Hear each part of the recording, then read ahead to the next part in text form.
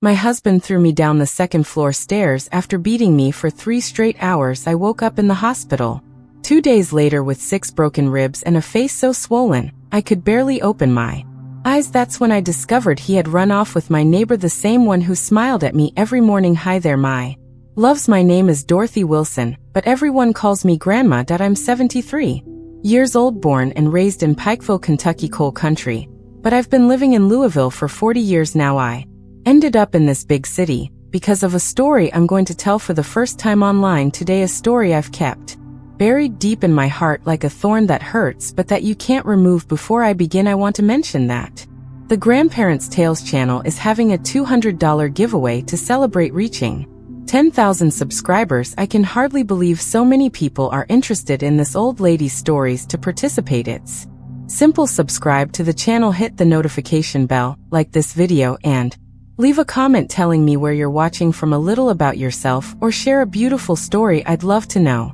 who you are, my virtual grandchildren. Now let's get back to my story. I was born in 1951 in a simple house in rural Pikeville. My father, Mr. Anthony, worked in the coal mines. He came home every day with black dust in his hair that looked like snow. I thought it was beautiful, but now I know that dust slowly killed him, his lungs destroyed by that cold dust. My mother, Mrs. Elizabeth, took in laundry and made the best homemade bread in town. We were poor, but it never crossed my mind that we were missing anything in our lives. Our house was small but cozy. 2 bedrooms, one for my father and mother, another for me and my 2 sisters, a kitchen with a wood stove that stayed lit all day, a backyard with apple, peach, and cherry trees, and a vegetable garden my mother tended as if it were a palace garden. The smell of my childhood was bread coming out of the oven and freshly brewed coffee. The sound was the little battery radio playing Elvis Presley, and my mother humming along. The colors were her flowered dress twirling as she swept the house, and the blue Kentucky sky that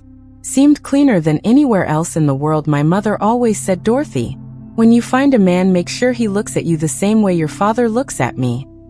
And it was true. My father looked at my mother as if she were the most precious thing in the world. Even after a full day breaking rocks underground, he would come home and hug her from behind while she cooked, kiss her forehead, and ask about her day. A man who respects you respects everything you are, my father would say when he saw me daydreaming about the love stories in magazines. I never settled for less than that. My daughter, I grew up believing that love was like that, simple, respectful, full of small gestures. I thought all men treated women the way my father treated my mother. The innocence of a girl raised in a good family. School was far away. I walked almost an hour to get there, but I didn't mind. I loved studying and dreamed of becoming a teacher. I had a way with words, reading everything I could get my hands on. My father, even with little education, encouraged me. Education is the only thing nobody can take from you, my daughter. I completed teacher training school, graduating in 1970 at 19. The pride of the family, I was the first to have a diploma. My father cried at graduation, hiding it, thinking nobody saw.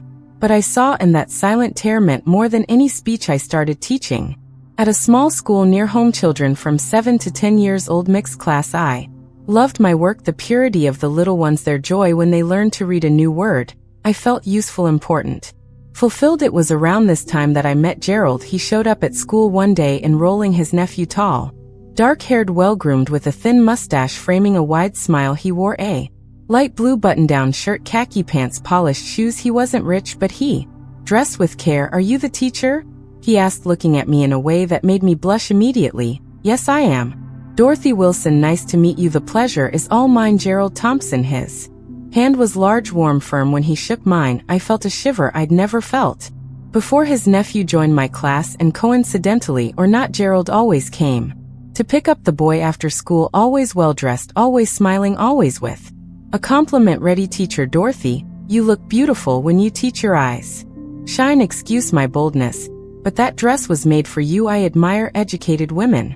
Is there anything more beautiful than intelligence? I, a country girl raised with solid values, but with no experience in dating, fell for it like a little duck. Each compliment was like water to my garden of romantic dreams. Each smile made my heart race like a galloping horse. One day he invited me for ice cream after school. I was nervous. I'd never gone out alone with a man, but I accepted. I told my mother, who was concerned, daughter, be careful. Men who are too handsome usually know they're handsome.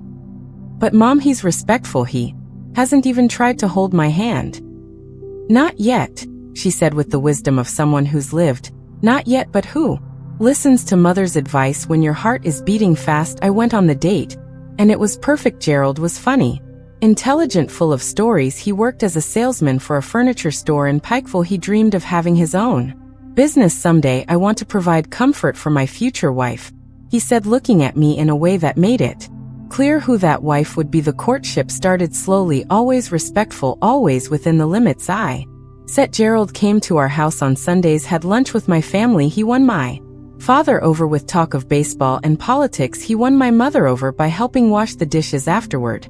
Something no man did in those days. This young man seems good, my father commented after a few months. But go slowly, my daughter. Just because he shows his good side doesn't mean there isn't a hidden bad side. Oh, how I wish I had listened to my father in the first 6 months. Gerald was the Prince Charming from romance novels. He brought me flowers picked along the way, wrote me romantic notes, respected me as if I were made of crystal. Our kisses were affectionate. His hands never crossed the boundaries. I want to do everything right with you, Dorothy, he would say. You deserve a man who values you. And I believed him. Of course I believed him. Why wouldn't I? I had grown up seeing my father treat my mother this way, with affection, respect, dedication. I thought that was how every man treated the woman he loved. After a year of dating, the marriage proposal came. It wasn't a surprise to anyone. Gerald had already won over the whole family, was a regular at Sunday lunches, accompanied me to church. Everyone in Pikeville thought we made the perfect couple. The engagement was simple at my parents' house, a small party with orange cake made by my mother, soda, snacks. My father gave an emotional speech talking about how he had raised a daughter for the world and was now entrusting his treasure to another man to care for. Take care of her as I did my son, he said, firmly holding Gerald's shoulder. She is everything I hold most precious. You can count on it, Mr. Anthony. I'll make her the happiest woman in the world. The wedding was set for 6 months later. Those months were a rush, preparing the trousseau, getting the house ready, distributing invitations. Gerald had rented a small house near the school where I taught, small but comfortable, with a little yard where I already planned to make a garden. Like my mother's anxiety grew as the wedding approached. Aunts and cousins came with advice about the wedding night, making me blush like a tomato. Friends joked, saying I would become a real woman. My mother, more sensible, just hugged me and said, daughter, remember that your body is your temple. Even married, you have the right to say no when you don't want to. A man who loves you will understand and respect. That advice I kept, but would soon discover didn't apply to the man I was marrying. The wedding was in January 1972. I was 20, Gerald 27. The ceremony was at the First Baptist Church where I had been baptized. I wore the wedding dress that my mother and aunts had hand-sewn, saving on every detail so I could have this dream come true. When I entered the church on my father's arm, I saw Gerald waiting for me at the altar, that wide smile, shining eyes, the rented suit that fit his body perfectly. I remember thinking, this is the man of my life. With him I will be happy forever. The honeymoon was in Gatlinburg, Tennessee, at a simple inn near the mountains. Gerald had saved for months to give me this gift. In those days, spending a week in the mountains was a luxury for people like us. It was also the first time we slept together that we really touched. Gerald was affectionate, patient with my inexperience, at first. At least after 2 days he began to show a more demanding, more authoritarian side. In bed, my woman has to satisfy me the way I like, he said one night, forcing me to do things that made me uncomfortable. I swallowed my tears and obeyed. He was my husband after all. Wasn't that what wives did? Please their husbands. We returned to Pikeville and began our married life. The first months were adjustment, learning to cook for 2, sharing space, balancing work with household chores. Gerald continued working at the furniture store, and I kept teaching. Our salaries together were enough to live with modest comfort. Gradually, I began to notice small changes in his behavior, complaints about the food I made, questions about who I had talked to at work, demands about how I should dress, that skirts too short for a married woman. Why do you need to wear lipstick to teach children? Who is this John that waits for you after school? John was the 70-year-old janitor, but for Gerald, any man who spoke to me was cause for jealousy. Around this time, I became pregnant for the first time. I was so happy. I had always dreamed of being a mother. When I told Gerald, he smiled, hugged me, promised he would be the best father in the world. For a few weeks, he returned to being the man I had fallen in love with. Affectionate, attentive, romantic, until I lost the baby in the 3rd month. Heavy bleeding, pain, hospital, immense sadness. When I returned home, Gerald was different, cold, distant, as if it were my fault. You should have taken better care. He said one night walking around, you lost my son through carelessness. That was the first time I cried, hidden in the bathroom with the faucet running. So he wouldn't hear me, but it wouldn't be the last. After the miscarriage, Gerald changed completely. The mask fell off entirely. The Prince Charming turned into a frog. And what a poisonous frog, my God. Folks, I see this story is getting long, but I really want to share everything with you. I need to take a moment to ask, if you're enjoying this account, would you help me by clicking like and subscribing to the channel? Each new subscription warms this grandma's heart. And don't forget to comment where you're watching from. Back to the story. The first year of marriage ended with a reality very different from what I had dreamed. Gerald was no longer the attentive and affectionate man from our courtship. Now he was controlling, jealous, always in a bad mood. He criticized everything, my cooking, my clothes, my way of talking, even my way of breathing seemed to irritate him. You breathe too loudly. How do you expect me to sleep with that noise? Gradually, I closed myself off, talking less, smiling less, trying to do everything perfectly to give no reason for complaints. I was walking on eggshells in my own home. Even so, I still believed we could work out, that it was just a difficult phase, that the caring Gerald would return after all. We had been so happy at the beginning. What had happened to that man? In the 2nd year of marriage, I got pregnant. Again, this time I took every precaution. I reduced my workload at school, rested more, followed all medical recommendations. Gerald seemed more excited about this pregnancy, more protective. Now it will work out, he would say with that smile that had won me over. I'll have my child.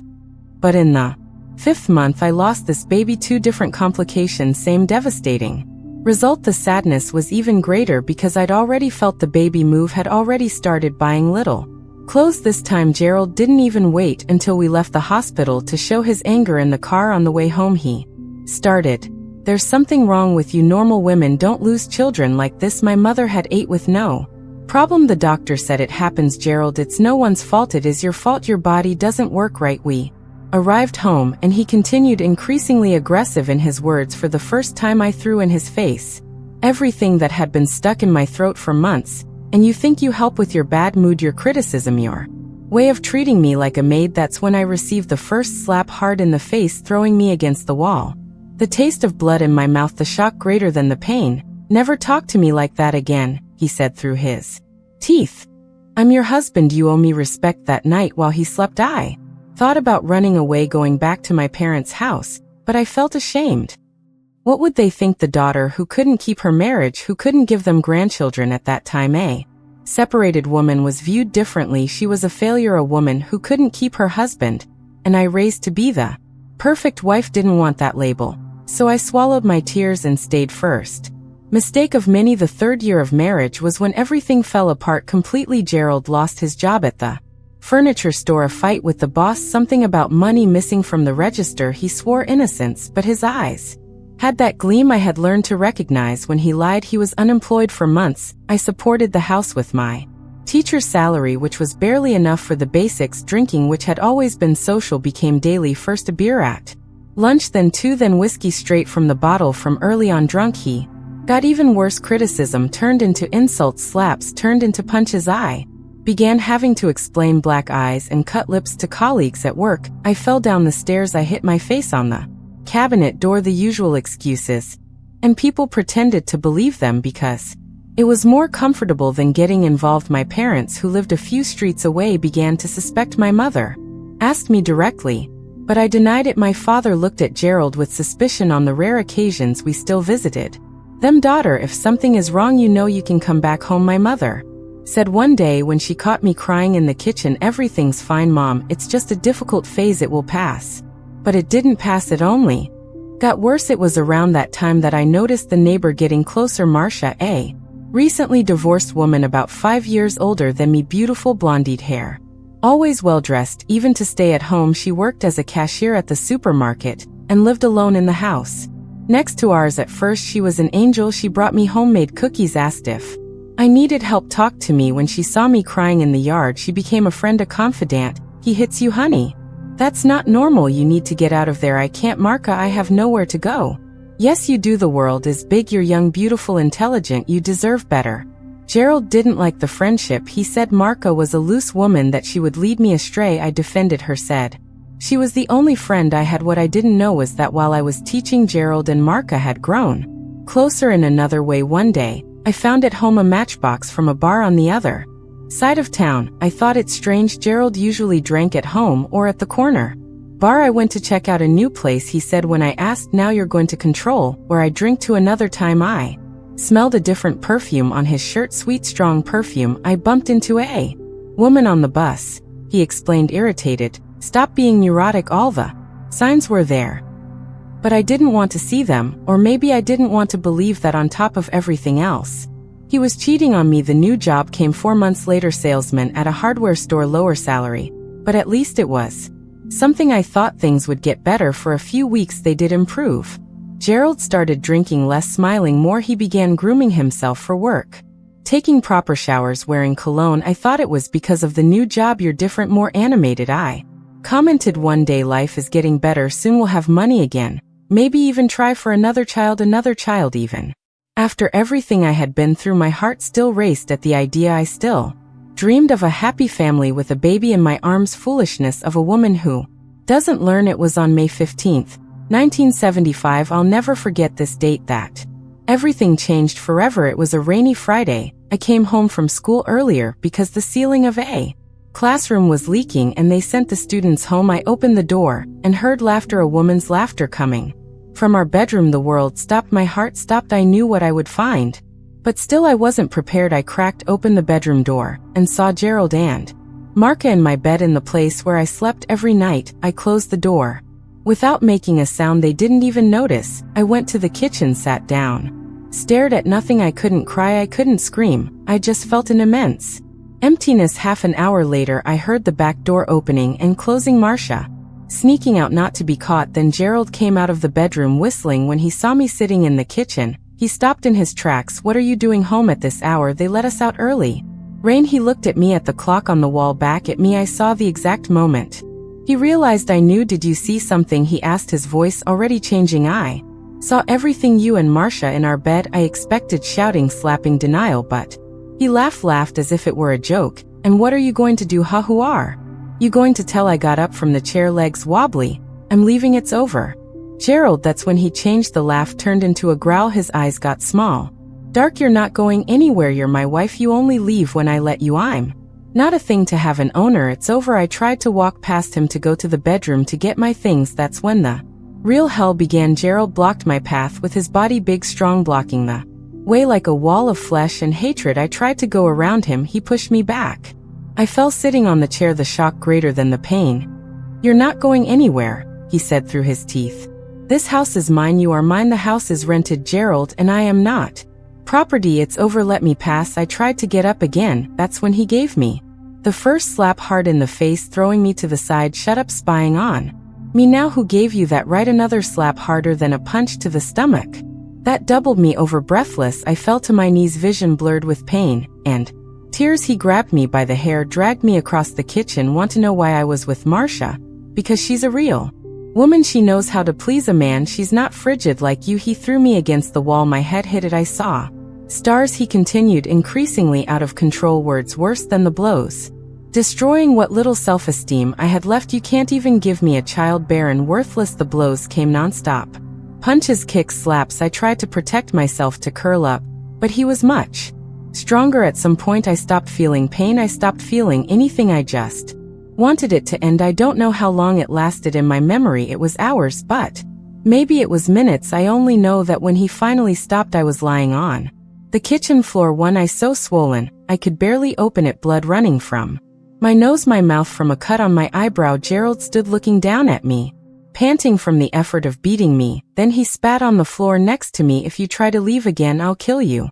Understand? I didn't answer. I didn't have the strength even to speak. Understand? He yelled, kicking me in the ribs. I understand. I managed to whisper. He walked away, grabbed his keys, his wallet. I'm going out. When I get back, I want dinner ready, and you with a better face. Put ice on that face. It's too ugly. And he left me there on the floor, bleeding, without help, without comfort, without anything. I lay there for what seemed like forever. Each breath hurt.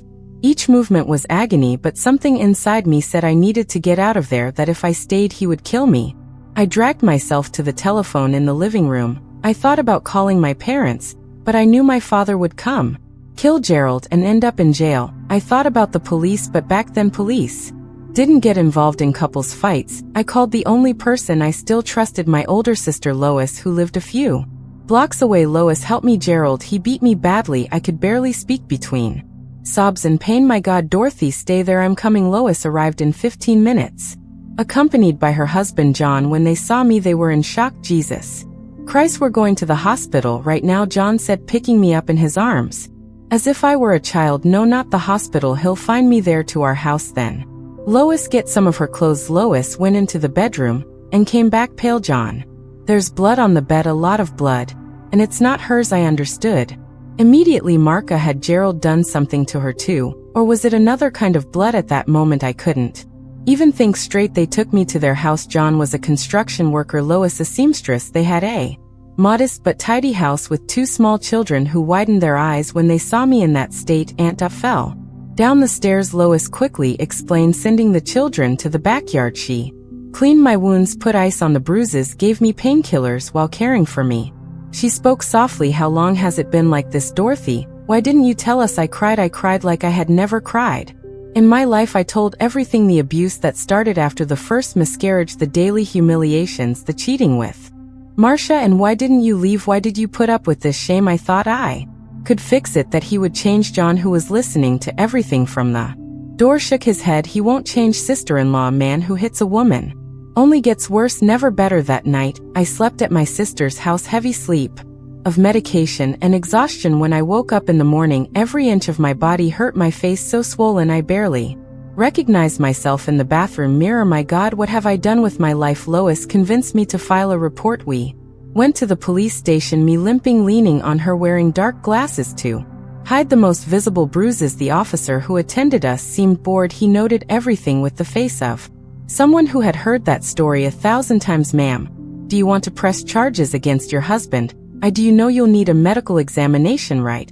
And that he could be arrested? I know. Is that really what you want? You're going to destroy the man's life. Don't you want to think it over? Destroy his life? What about mine? Who cared about my destroyed life? But I swallowed my outrage. I'm sure I want to file the complaint. I did the medical examination, list of injuries, multiple bruises on face and body, cut on left eyebrow requiring 6 stitches, 2 cracked ribs, head trauma, kidney injury. The doctor who examined me whispered as he noted, if you go back home he'll kill you next time. I didn't go back. I stayed at my sister's house while the police looked for Gerald. 3 days later I received the news he had disappeared, taken clothes, documents, abandoned his job, ran away like the coward he is. My brother-in-law said, better this way, away from you. But there was still a detail missing in this whole story. Marcia, the neighbor, the lover, the friend, she had disappeared too. No one had seen her since that day. On the 4th day, I received an unexpected visit at my sister's house, the owner of the store where Gerald worked. Sorry to bother you, Mrs. Dorothy. I know you're going through a difficult time, but Gerald disappeared without collecting his last paycheck, and Miss Marcia also vanished. They ran away together. I said, my voice firmer than I expected. It seems so, but before that he came to the store, got an advance that I shouldn't have given, and took some construction materials in her car. What materials? Cement, lime, tools. I thought it was strange. That's why I came to ask if you know anything about it. I didn't know, but a chill ran down my spine. Cement, tools, and the blood on the bed. Another week passed. My bruises started to improve. I could walk without so much pain. My parents, who had been traveling to visit my sick aunt, returned and were horrified by my condition and my story. You should have told me before, daughter. My father said, his eyes watery. I would have gotten you out of there after the first slap. I was ashamed, Dad. I thought I would disappoint you. Disappoint us? Never. The only disappointment was this man we chose so badly. I began to rebuild my life. I took medical leave from school. The principal, very understanding, assured me that my job would be there. When I returned, I went to live with my parents again in my childhood bedroom that remained intact, waiting for me. I was reconstructing myself day by day when the bomb dropped. It was a June morning, almost a month after Gerald's escape. The police appeared at my parents' house. Mrs. Dorothy, we found your husband. My heart froze. Had he returned? Was he coming to get me, to kill me? Whereat Miss Marcia Gomez's small property on the outskirts of town. The two were there. Were the officer exchanged glances with his colleague. Uncomfortable. You need to come with us. They took me to the property, a small piece of land that I didn't even know Marcia owned there. A scene from a horror movie. Police everywhere, tapes isolating areas, people digging a hole in the ground. What happened here? Your husband and Mrs. Marcia had a disagreement. Disagreement, what a strange word to describe what I saw next. Marcia's body was in an improvised grave at the back of the property. She had been brutally beaten like me, but she didn't have the same luck. She died from her injuries. Gerald tried to hide the body in a poorly made mixture of lime and cement, the materials he got from the store. And him? I asked in shock. He tried to escape. When we arrived, he reacted, was armed. There was a shootout. I understood what they weren't saying. Gerald was also dead. The following days were a blur, giving statements, hearing details I didn't want to know, understanding what had happened. According to what the police discovered, Gerald and Marcia had planned to run away together. He beat me that day and went to meet her at the property where they had arranged to meet. He took the construction materials because he intended to renovate the place. They had plans to live there. But there was a fight, violent. The neighbors of the property heard screams, but didn't intervene. Rural area, everyone minds their own business. When the shouting stopped, they saw Gerald digging a hole in the middle of the night. They only reported it because days later they smelled a strong, strange odor coming from the property. I should have felt anger toward Marcia.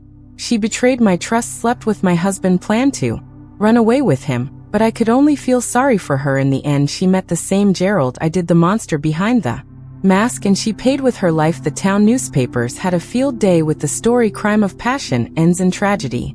My name appeared everywhere, my wedding photo next to the photo of the body being removed from the property. I became the murderer's widow. I couldn't walk down the street anymore without feeling the stares, the whispers. Parents pulled their children from my class. They didn't want the murderer's wife teaching their children. A week later, the principal called me and, Dorothy, you know I like you very much, but the parents are pressuring the school. Can I lost the job. I loved the profession I had chosen, all because of a man I never deserved to have in my life. I spent months in deep depression. I didn't leave my room, barely ate. My parents, concerned, called doctors, ministers, even faith healers. Nothing helped. I was drowning in guilt. What if I had realized earlier how Gerald was? What if I had reported the first incident of abuse? Marcia would be alive today. It wasn't your fault, daughter, my mother repeated every day. It was his fault, only his, but I couldn't believe it. It was my father who finally brought me back to life. One Sunday in September, he entered my room with 2 bus tickets in hand.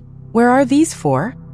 I asked, my voice from crying so much. Louisville, a big city in Kentucky, beautiful place with the Ohio River far from here. And why 2 tickets? One for me, one for you. We're going to start over, daughter. There nobody knows us, nobody knows our story. We can be new again. And mom, she'll stay with your sister for now. When we get settled, she'll join us. And so with 2 small suitcases and a lot of courage, I left Pikeville on October 10th, 1975, 24 years old, widowed, marked by violence, but still alive, still breathing, still able to start over. The trip to Louisville was long, 12 hours on the road, the bus bouncing on every curve. I kept looking out the window the whole time, watching the landscape change, the mountains of the interior giving way to the first signs of the city. See that, daughter, my father pointed when we began to cross the bridge that connects to downtown. That's the Ohio River. Beautiful, isn't it? It was beautiful indeed. The blue water, the colorful boats, the outline of the city against the sky, so different from the red earth and mountains of Pikeville. There at that moment, I felt something I hadn't felt in months. Hope. We arrived with no place to stay, no job, knowing no one, but we had each other and the determination to build something new. My father, the practical man, he was already had a plan. In the first days we stayed at a simple boarding house downtown. He would leave early every day, return at night tired but optimistic. There's work here, daughter, lots of work. The city is growing, the port is full of jobs. A week later he arrived with the keys to a small rented room in Butchertown, a simple but decent neighborhood. 2 weeks later he was already working as a construction helper at the port. And me, I took longer to find myself. Fear still paralyzed me, nightmares still woke me, sweating in the middle of the night. The marks, visible and invisible, still hurt. But the big city has this advantage, nobody asks where you came from or what you did. Everyone is too busy with their own lives. Louisville welcomed me like a mother receiving a lost child. The river, the wind with its hint of salt, the hills embracing the city. Everything seemed to say, Welcome home, you belong here now. In those first months I lived like a shadow. I rarely went out, spoke little, and hid at home while my father worked. Our small room in Butchertown was tiny, but clean, just one room with a small bathroom, 2 single beds, a 2-burner stove, a small table, luxury for those who had nothing. From the window, I could see a sliver of the Ohio River between buildings. That little glimpse became my obsession, my comfort. On sleepless nights, I would watch the lights reflected on the water, counting boats, dreaming of distant places where nobody knew my name or my story. You need to get out, daughter. Get some sun, see people. My father insisted on weekends he'd drag me to the waterfront park, still wild in those days. We'd walk on the sand barefoot, warm water lapping at our ankles. Gradually, the tension in my shoulders eased, the permanent knot in my throat loosened. It was at the park that I met Lenore, a funnel cake vendor who set up her colorful stand every Sunday, a strong black woman with an easy smile and eyes that saw far beyond what we showed. You're carrying too much weight, girl, she told me one day as she handed me a warm funnel cake. You weren't made to carry so much. I don't know why, but those simple words opened the floodgates. I started crying right there in front of her stand, her other customers. I cried like a lost child. Lenore didn't get flustered. She didn't ask questions. She just came to me, hugged me tight, and led me to a wooden bench behind her stand. Cry it all out, cry until you're dry, then we'll talk. I cried for an hour. She stayed there, rubbing my back, murmuring words of comfort. When I finally stopped, exhausted, she offered me water, a piece of bread, a clean handkerchief. Now tell me. And I did, for the first time since arriving in Louisville. I told my whole story to someone who wasn't family. I spoke about Gerald, the abuse, Marcia, the deaths, the escape, to start over. Lenore listened to everything without interrupting. When I finished, she held my hands in hers, my small white teacher's hands between her large callous hands of the funnel cake vendor. You survived, child. You know what that means, that you're stronger than everything that happened to you, survivor. I had never thought of myself that way. I had always seen myself as a victim, as a failure, as a woman who couldn't keep her husband or see the danger signs. Come work with me, Lenore continued. Not at the park. I have a small diner in the Hay Market district. I need help, and you need a reason to leave the house. My father was wary at first. Strange woman, unknown man, but when he met Lenore and her husband Samuel, he changed his mind. He saw in them what I had seen, good, genuine people with no ulterior motives. I started working at the diner in January 1976. I washed dishes, cleaned tables, helped at the register. At first it was difficult. The noise of the market scared me. Men made me tense. Every shout made me jump, but Lenore had infinite patience. One day at a time, child. Today is just today. Tomorrow is another day. The salary wasn't much, but it helped with expenses. Soon my mother was able to join us in Louisville. We rented a larger apartment in Portland, 2 rooms, now one for my parents, one for me. Absolute luxury. After the cramped room with my mother nearby, I improved faster. She brought from Pikeville the old recipes she loved so much, the pots of plants she cultivated. On the windowsill, the colorful embroidery that gave life to white walls. She brought the smell of home, of childhood, of simpler times. This city is good, she would say while watering the plants. It has open air, has horizon. We breathe better here. I did breathe deeper and deeper, with less and less fear. The nightmares became less frequent. I began to sleep entire nights, to wake up rested. I began to smile again, first timidly, then more frequently. At the market, I met people of all kinds, dock workers with stories of the Deep River, ladies who sold herbs and prayers, children who ran between the stalls stealing fruit when no one was looking, homeless people who slept in the corners, for whom Lenore always saved a coffee and bread at the end of the day. Everyone has a story, child. Everyone carries pain. Some show it, others hide it, but everyone bleeds inside. Lenore's simple wisdom healed me more than any therapy, which I couldn't afford anyway. She taught me to look beyond my own pain, to see the suffering of others, to understand that I wasn't alone in the struggle. It was at the market that I also rediscovered something I had lost, the pleasure of teaching. I began giving informal classes to the children of vendors after hours, children who often missed school, to help their parents. At the stalls I used overturned crates as desks, wrote with charcoal on pieces of cardboard. I had no books, no decent notebooks, but I had willingness, and the children were hungry to learn. Are you a real teacher? Asked little Timmy, son of a fish vendor, while I explained division using seashells. I was once. And why did you stop? Because life sometimes takes away what we love most. And can't you get it back? The innocent question hit me like lightning. Why not? Why couldn't I take back what was rightfully mine by vocation? The fear of Gerald no longer existed. He was dead. The shame of the story, no one in Louisville knew my past. That night, I talked with my parents about going back to school, getting a college degree and official diploma. This is what I want, Dad. To be a teacher again, for real, with a classroom, students chalk in hand. My father, who never stopped believing in me, smiled in a way that lit up the entire room. If that's what you want, daughter, that's what you'll have. It wasn't easy. I worked all day at the market, studied at night. When the University of Louisville opened spots for the education program, I signed up. I took the entrance exam at 26, competing with young people fresh out of high school. I passed in 20th place, but I passed. It was the beginning of my true Reconstruction. University life opened horizons I didn't know existed. Ideas, debates, books, different people. I learned about John Dewey and his progressive education, about Montessori and her child-centered method, about theories and practices that transformed lives through education. While studying, I continued giving my informal lessons at the market, now with more technique, more foundation. The children responded with increasing enthusiasm. The parents began to notice the difference. Children who previously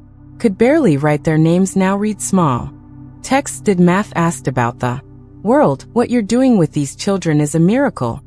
Leonard commented one day, they arrive here with dead eyes, leave shining. It's not a miracle, it's education. It's showing them they can be more than they think they can. In 1979, in my last year of college, an opportunity arose to intern at a public school in Smoketown, a poor neighborhood on the outskirts of Louisville. It was far, the public transportation poor, the salary almost symbolic, but it was a real classroom. It was a chance to go back to doing what I loved. I took on a literacy class, 30 children between 6 and 10 years old, many repeaters, some who had never set foot in a school before. The room was small, stuffy, with broken desks and a cracked blackboard, but to me it was a palace. On the first day, I looked at those children, messy hair, clothes often too big or too small, looks ranging from fear to curiosity, from aggression to hope, and I saw myself in them, vulnerable but strong, hurt but whole, survivors like me. My name is Teacher Dorothy, I introduced myself, and I'm here because I believe in you more than you believe in yourselves. It was there in that stuffy public school classroom that I finally understood everything I had lived through had a purpose. Each pain, each humiliation, each moment of despair brought me to that place, made me the teacher those children needed, someone who understood what it was to fight against the impossible, someone who knew what it was to start over from zero. At the end of the year, I managed to teach 28 of the 30 children to read and write. The other 2 had learning difficulties that required specialized monitoring, something I fought to get for them. The principal, impressed with the results, offered me a permanent contract as soon as I graduated. You have a gift, Dorothy.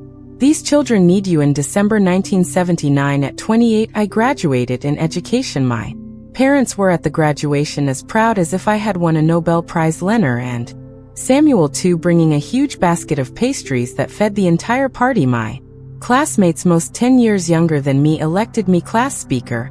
It's never too late to start over, I said in my speech. It's never too late to be who you should have been before life interrupted you. Life was finally getting on track. I had a profession, had purpose, had family and friends who loved me. The past still hurt when touched, but it no longer bled. That's when the past came knocking at my door. It was a March afternoon in 1980. I was in the classroom teaching my little ones to read when the principal appeared at the door. Dorothy, someone wants to talk to you. It's urgent. In the hallway, a woman was waiting for me, about 50. Graying hair, face marked by life. I didn't recognize her immediately. Dorothy, I'm Nancy, Gerald's sister. The world stopped. The name I hadn't heard in almost 5 years, that I avoided even thinking about. Gerald, the man who nearly killed me, the man who killed another and died running from the police. What do you want? I managed to ask, my voice trembling.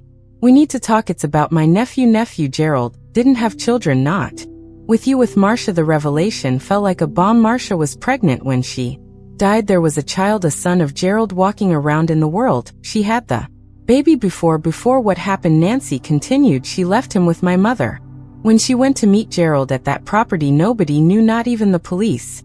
And why are you looking for me now? My mother died last month. The boy stayed with me, but I'm sick, cancer. I can't take care of him anymore. And what does that have to do with me? You were Gerald's wife. Legally, you're the closest relative. After me, you're asking me to care for the child of the man who almost killed me, with the woman he cheated on me with. She lowered her eyes ashamed. I know it's a lot to ask, but the boy isn't to blame. He's 4 years old, he's an innocent child. Where is he now? In the car with my husband. Do you want to see him? I didn't want to. I wanted to run, scream, deny that absurd reality, but a force greater than fear made me say yes. We went to the parking lot. An old car was parked under a tree. A man sitting at the wheel waved. When he saw us in the back seat, a child looked out the window. Small boy for his age, black hair, big eyes. When he saw me, he smiled a smile I knew well, the same smile that once enchanted me on Gerald's face. Aunt Nancy. Who's that lady? She's a friend, Lucas, a friend who's going to take care of you for a few days. Days, she had said days, but her eyes said something else. I can't, I said softly so the boy wouldn't hear. It's too much for me. He has no one else. He'll go to an orphanage. Why didn't you look for Marcia's family? I did. No one wanted anything to do with him. Her father said his grandson died along with his daughter. I looked at the boy again. I didn't see Gerald in him now, or Marcia. I just saw a child, frightened, confused, about to lose what little stability he knew. Give me time to think. I don't have time, Dorothy. The chemotherapy starts tomorrow. I can't take care of him like this. One day, give me 1 day. She hesitated, then agreed. I'll come back tomorrow at this same time. If you don't want to keep him, I'll go straight to social services. I spent the night awake.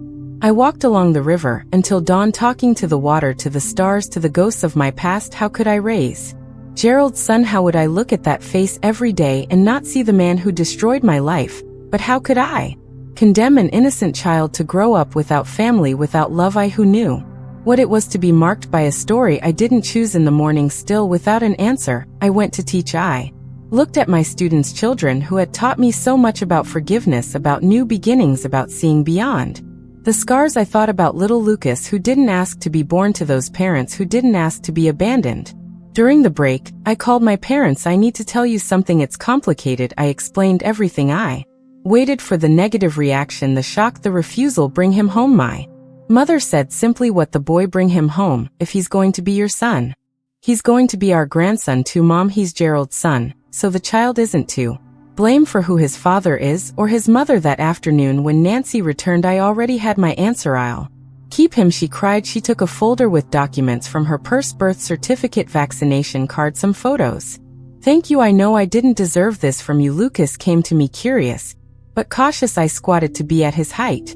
Hi, Lucas, remember me? I'm Dorothy. Am I going to live with you? You are. There's a park near my house. Do you like parks? His little eyes sparkled. I do. Grandma never took me. In that moment, looking at that child who carried the blood of the man who almost killed me, I made the most important decision of my life. The past would not define my future, or his. I took Lucas home that same afternoon. My parents received him with open arms, without hesitation, without judgment. My mother had already prepared the room, arranged old toys she kept. I don't know from where or why. Come, my boy want a piece of cake? I made chocolate the way children like it. Come, my boy want a piece of cake? I made chocolate the way children like it. Lucas, initially shy, soon loosened up with my parents' affection. For the first time I saw him smile without reservations, a smile of a child who feels safe. Lying in bed that night, listening to the quiet breathing of the boy now sleeping in the room next door, I understood that life had given me a chance to heal not just myself but to interrupt a cycle, to prevent the hatred, the violence, the pain that Gerald carried from passing to another generation. I would be a mother in a way I never imagined, in circumstances no one could predict, but I would, and I would do differently from everything I had experienced. Tomorrow, for the first time in many years, seemed brighter than yesterday. Raising Lucas changed everything. The first months were adaptation, him asking about Aunt Nancy, crying at night, finding the new house, the new family. Strange me learning to be a mother suddenly at 29 of a 4-year-old boy who carried in his blood a history I so wanted to forget. Why doesn't Aunt Nancy come get me? He asked almost every day. She's sick, my dear. She needs to stay in the hospital to get better. And when she gets better, will I leave? The question broke my heart, the insecurity in his eyes, the fear of new abandonment. No, Lucas, this is your home. Now, forever. Explaining the situation to a child that age was a daily challenge. How to say that his biological father had killed his biological mother. How to explain that his aunt probably wouldn't survive cancer. How to make him understand that now I was his mother, not by blood, but by choice. I adapted the truth. Small doses appropriate for his age. Your father and mother had to go to heaven, but before they asked me to take care of you. It wasn't a complete lie. Somewhere I believed that Marcia, if she could choose, would prefer to see her son with someone who loved him, even if it was me. I enrolled Lucas in school, bought clothes, toys, children's books, adapted work hours to be with him. My parents helped when I taught. My father already retired, my mother always at home. We made it work. A few months later I received the news Nancy had passed away, the cancer, faster than the doctors predicted. I told Lucas gently, "Your Aunt Nancy is now in heaven too, with your father and mother." He cried, of course, but less than I feared. He was already getting attached to the new family, already calling me Aunt, with affection in his voice. In July that year, 1980, I made another important decision to legally adopt Lucas. The lawyer said it would be a simple process since I was the widow of the biological father, and there were no other relatives wanting custody. When the judge asked if I was sure, I looked at the boy playing in the corner of the courtroom, oblivious to the moment that would change our lives forever. I am more certain of this than anything else I've ever done. In October, Lucas Thompson officially became Lucas Wilson, my son, before the law, as he already was in my heart. Raising a child alone in the 80s, being a public school teacher, wasn't easy. Money always tight, had to stretch to cover all needs: school uniform, teaching materials, doctor when he got sick, clothes he outgrew too quickly. I took extra classes at night, gave tutoring on weekends to children from wealthier families. Every penny mattered, every sacrifice was worth it. When I saw Lucas growing up healthy, happy, secure, in 1982, I received a proposal to be a pedagogical coordinator at the same school where I taught. Better salary, fewer hours in the classroom, more responsibility. I accepted immediately. "Mom, are you a boss now?" Lucas asked when I told him, his eyes wide with admiration.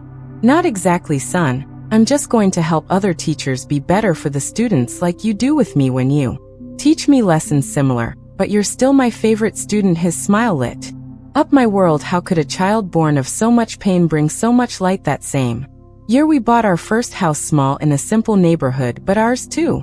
Bedrooms, one for me, one for Lucas, a yard where I planted the same flowers my mother grew in Pikeville. My parents continued in the apartment in Portland, but came to visit us every weekend. For the first time since I left Pikeville, I felt truly established, with roots, with a future. Lucas grew up too fast. At 8, he was already a smart, curious boy with a special talent for drawing. He filled notebooks with sketches, landscapes, people, imaginary animals. "Where does this gift come from?" I asked my mother, watching Lucas draw intently. His mother, "Maybe did you know if this Marcia drew?" I didn't know. I knew so little about the woman whose place, ironically, I had taken in Lucas's life. About Gerald, I preferred not to see anything in the boy, although sometimes a gesture, an expression would catch me off guard, bringing memories I preferred buried. In 1985, at 34, I met Anthony, a math teacher transferred from Tennessee. He started working at the same school as me, a gentle, calm man with infinite patience to explain fractions and decimals to frustrated children. "Are you the coordinator?" Dorothy. "Pleasure."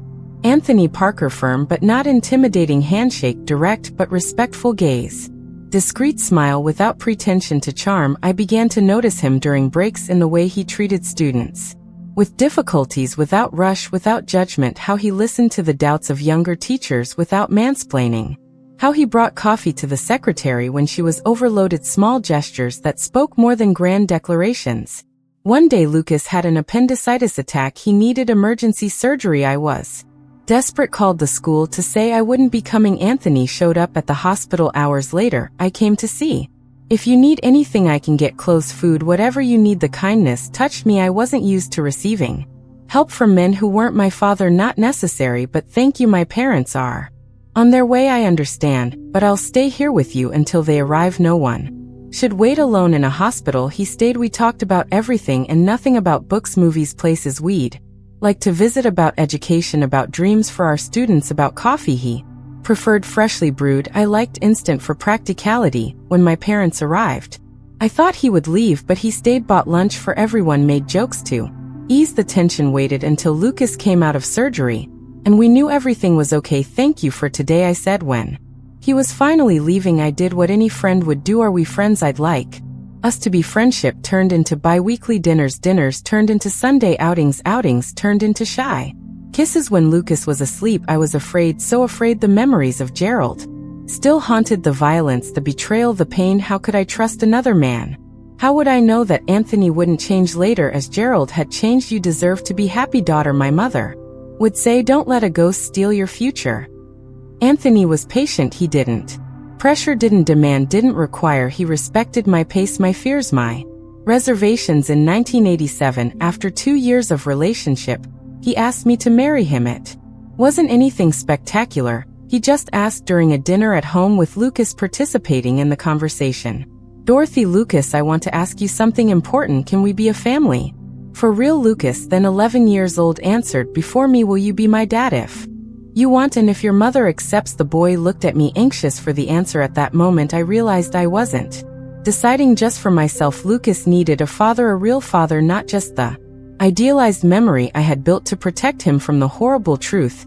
Yes, I answered, tears in my eyes. Let's be a family. We married in a simple ceremony, just family and close friends. Lucas was the best man, proud in the small suit he chose himself. My father gave his daughter away for the second time now, with certainty in his heart that it would be a happy ending. Anthony moved into our house. We didn't need a honeymoon or big changes. The transition was natural, as if he had always belonged there. The first time Lucas called him dad was during a soccer game in the backyard, ball improvised with socks, goalposts made of shoes. Dad, look what I can do. Anthony froze. He looked at me as if asking permission. I nodded, my heart overflowing. I see, son, very good. Lucas ran to hug him, the two of them there in the Sunday afternoon, united not by blood, but by something stronger, choice, love, respect. In 1988, I received an invitation to be the principal of a new school in a poor neighborhood. Huge challenge, precarious structure, children at risk, demotivated teachers. I hesitated. It's too much, I confessed to Anthony. With Lucas, with the house, with everything. You can do it, Dorothy. If anyone can transform that school, it's you, and if I fail, you won't. But if it happens, we'll be here, your safe harbor. I accepted. New Hope Elementary School became my second home. I arrived early, left late. I knew each student by name, each family, each challenge. In 1 year, we reduced school dropout by 60%. In 2, we improved literacy rates. In 3, we had a community garden, an improvised library with donated books, music classes on weekends. How did you do this? Asked the Secretary of Education during a visit. I didn't do it alone, we built it together. Teachers, students, families. In 1990, at 39, when I thought my family was complete, I discovered I was pregnant. Total surprise. Doctors had said I probably couldn't get pregnant after the physical trauma suffered with Gerald. Are you sure, doctor?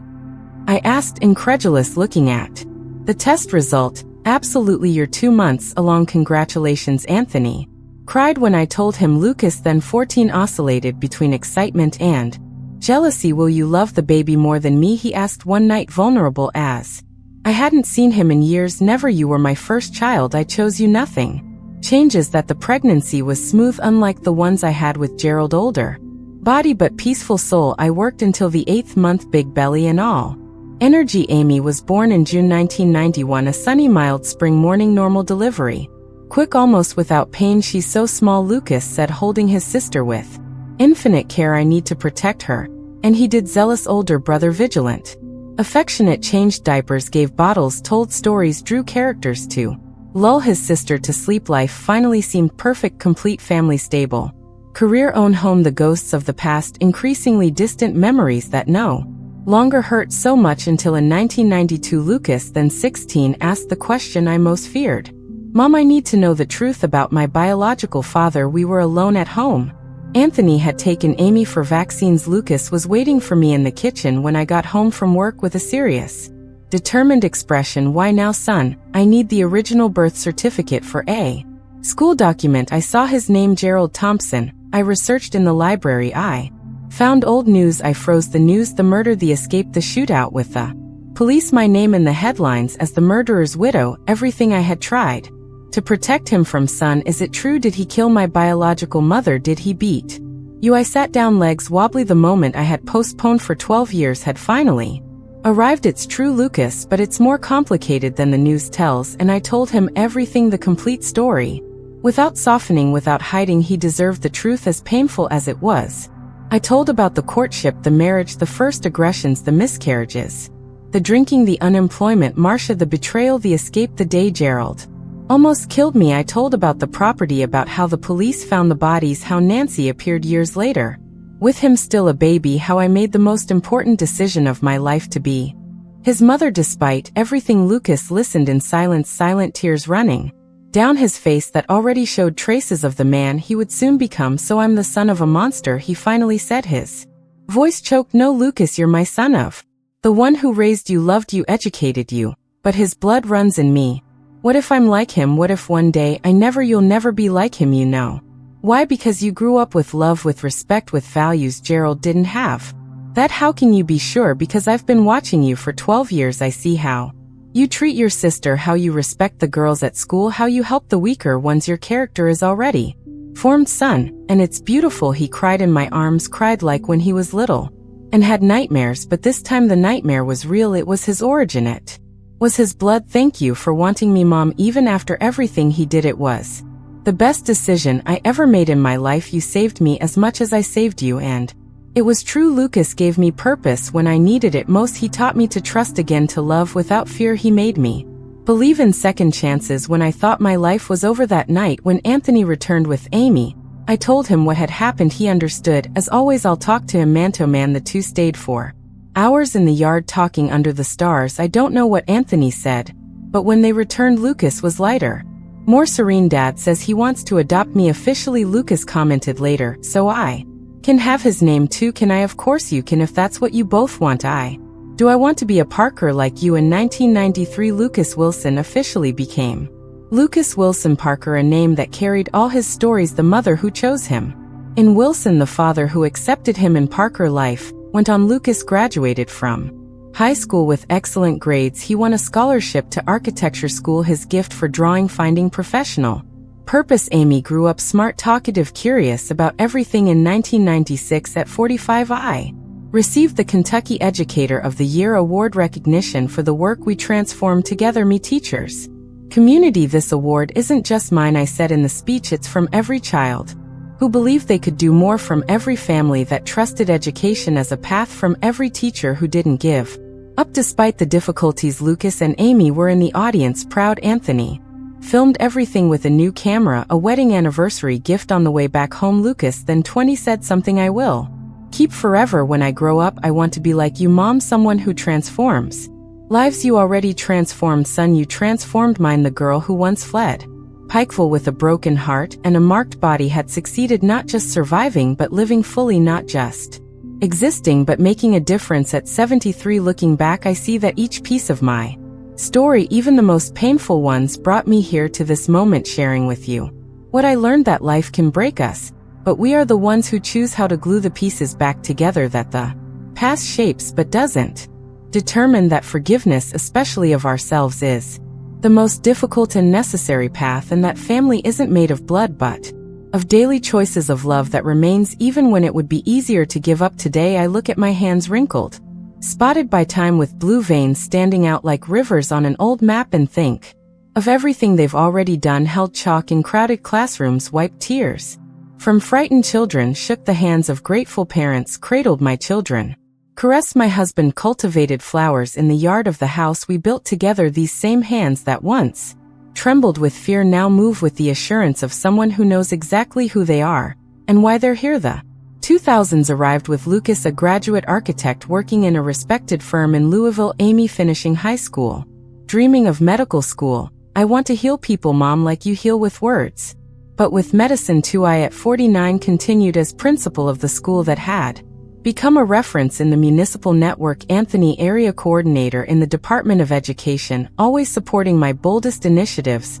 Let's set up a community library open on weekends, I proposed at a meeting. With what money? Asked the network supervisor. Donations, joint effort, parents help with labor, students with campaigns, publishers with books. Money isn't the only resource we have, and so it was in 6 months we transformed an abandoned hall into a vibrant reading space. Teenagers who once wandered the streets were now discussing Mark Twain, Maya Angelou, Toni Morrison. In 2002, Lucas married Jennifer, a college colleague, a sweet, talented girl with the same passion for drawing and architecture. Simple wedding on the beach, feet in the sand, open hearts, Mom, he told me the day before while we adjusted the borrowed suit. I want you to know everything I know about loving comes from you, from what you taught me, son, but I spent years with so much fear. It's Not the fear that matters, it's doing what's right in spite of it. That year too, Amy was accepted into medical school.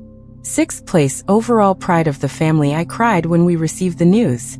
Imagining the girl who grew up in a simple neighborhood now transformed into a doctor. I did it, Mom, I'm going to be a doctor. I always knew you would, daughter. I never doubted. In 2005 at 54 I faced my first major health challenge, a lump in the breast detected in a routine exam. 2 words, no woman wants to hear. Breast cancer, will treat it, said the doctor. Caught early, good chances. Anthony was more shaken than I was. He cried when I told him, hugged me as if I might disappear in his arms. I won't lose you, I can't, and you won't, my dear. I face worse than a rebellious little lump. I had surgery, radiation therapy, lost hair, gained a scar, but I never lost the certainty that I would live. I had so much more to do, so many children to help, so many moments with my family to enjoy. Lucas and Jennifer came every day after work. Amy, already in college, read medical articles, questioned treatments, checked medicines. My parents, already elderly but lucid, took turns making soups I could swallow on the worst days. 6 months later, the best news, complete remission. Continue the checkups, but you can resume your normal life, normal as if after facing death once more there could be normality, but there was a more precious, more vivid, more conscious normality. I returned to school with new energy. I started a medicinal herb garden project with the students. Each plant identified its healing properties, explained the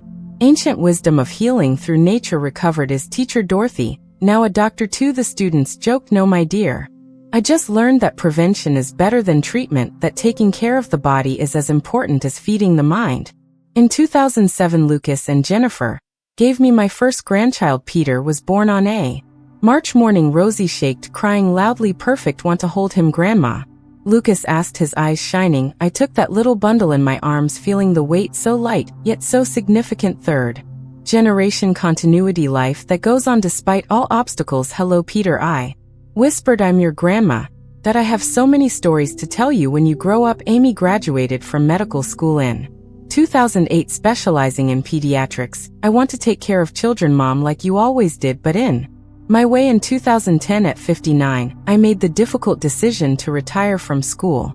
Almost 20 years as principal, transforming not just the physical structure, but mentalities. It was time to pass the baton. But Mrs. Dorothy, the school is, you argued, the new secretary of education, trying to convince me to stay. It can't be. A school belongs to the community, to the students, to the parents, to the teachers. If it depends on just one person, it's not an institution, it's a personal project. I spent months preparing my successor, a young, dedicated teacher, full of her own ideas. I created manuals, documented processes, shared lessons learned in practice that no college teaches. How do I know if I'm ready? She asked on my last day. We're never completely ready, but we're always capable of learning and improving. That's enough. Retirement opened a new chapter. Time to travel with Anthony, to see places we had only seen in photos. Time to visit Lucas and family, now with a 2nd grandchild on the way. Time to follow Amy's career, who was starting residency at a children's hospital. Time finally to try to reconcile with the past. In 2012 at 61, I made the trip I had postponed for decades. I returned to Pikeville. Are you sure you want to go? Anthony asked, concerned. You don't have to. Yes, I do. I need to close the circle. Pikeville had changed, grown, modernized, lost much of the small town air I remembered, but some things remained. The big sandy river still cut through the town. The mountains still embraced the horizon. The heat still melted asphalt. In July, I visited the house where I grew up, now a business, a clothing store. I visited the school where I gave my first classes, still functioning, new teachers, new children, same challenges. I visited places I avoided, in memories, the house where I lived with Gerald, the market where I bought groceries, the church where I was married the first time. Looking for someone, ma'am? Asked a young attendant at the pharmacy that used to be Mr. John's store. Looking for ghosts, I replied, smiling, but I think they've gone away. And they had indeed. Looking at those streets, those buildings, I no longer felt the overwhelming weight of the past. I no longer saw Gerald at every corner, no longer heard his screams in every echo. I saw just a town, neither good nor bad, just a place where part of my story happened. On the 3rd day, I visited the cemetery, not to see Gerald's grave. I never knew where he was buried, nor did I want to know. I went to see my in-laws who died while I was still married, simple people who couldn't control the son they raised, but who Always treated me with kindness, rest in peace. I murmured, leaving simple flowers, I bear no grudge, and I really didn't. Time had softened even those most painful memories, anger, fear, resentment. Feelings that consume more those who carry them than their targets. I had learned to let go. I returned to Louisville lighter, as if I had left in Pikeville the last ties that still bound me to the past. How was it? Anthony asked, when he picked me up at the terminal, liberating in 2015 at 64. I lost my mother's sudden stroke, quick death. She was tending to the plants on the porch when she simply collapsed. When the ambulance arrived, she'd already departed, a different pain from all the previous ones, not the traumatic pain of violence, not the pain of abandonment or betrayal, natural pain, part of the life cycle. A daughter burying a mother, an expected order, but never really accepted. She seemed so well, my father lamented at the funeral, seeming to have aged decades in one day. She was well, dad happy, surrounded by love. What better way to go? My father followed her 8 months later, died of longing, said the neighbors. Perhaps, or perhaps he simply no longer knew how to live without the companion of almost 60 years, soulmates that not even death could separate for long. We inherited their apartment. We didn't have the heart to sell it. We transformed it into a community space where I offered free literacy classes for adults, a way to honor my mother, who valued education so much, and my father, who said that education is the only thing nobody can take from you. In 2018, Amy married a fellow Dr. Richard, an anesthesiologist, a calm man who brought peace to my daughter, always so intense, so passionate about everything she did. He calms me, mom, he's like a safe harbor in the storm that I am. The best marriages are like that, daughter, complementary, one brings what the other needs. That same year, Lucas and Jennifer had their third child. They already had Peter and Julia. Now came the youngest, Dorothy. You named her after me, son? Are you sure? Absolutely. We want her to know where she comes from, to carry the name of the strongest woman we know. In 2020, the world stopped with the pandemic. At 69, I found myself isolated at home, high risk, away from my grandchildren, from community activities, from the life I had built. Anthony and I reinvented ourselves.